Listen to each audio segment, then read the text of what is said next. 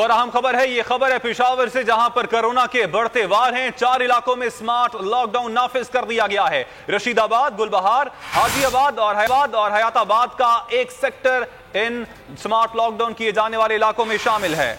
इन इलाकों का जिक्र किया जाए तो कोरोना से ज्यादा केसेस रिपोर्ट हो रहे हैं। डीसी पेशावर के मुताबिक मुतासरा इलाकों में फार्मेसी और तंदूर्स खुले रहेंगे। और अहम खबर है, ये खबर है पेशावर से, जहां पर कोरोना के बढ़ते वार हैं। 4 इलाकों में स्मार्ट लॉकडाउन नाफिज कर दिया गया है। रशीदाबाद, गुलबहार, हाजियाबाद और हयाताबाद का एक सेक्टर इन स्मार्ट लॉकडाउन किए जाने वाले इलाकों में शामिल है। इन इलाकों का जिक्र किया जाए तो कोरोना से ज्यादा केसेस रिपोर्ट हो रहे हैं। डीसी पेशावर के मुताबिक मुतासरा इलाकों में फार्मेसी और तंदूर्स खुले रहेंगे।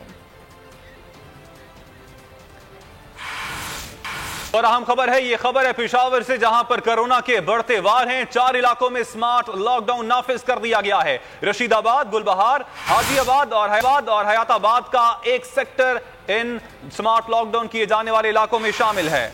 इन इलाकों का जिक्र किया जाए तो कोरोना से ज्यादा केसेस रिपोर्ट हो रहे हैं। डीसी पेशावर के मुताबिक मुतासरा इलाकों में फार्मेसी और तंदूर्स खुले रहेंगे।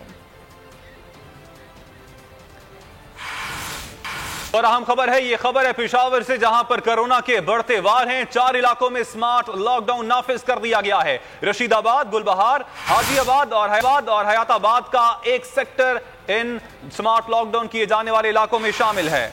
इन इलाकों का जिक्र किया जाए तो कोरोना से ज्यादा केसेस रिपोर्ट हो रहे हैं। डीसी पेशावर के मुताबिक मुतासरा इलाकों में फार्मेसी और तंदूर्स खुले रहेंगे।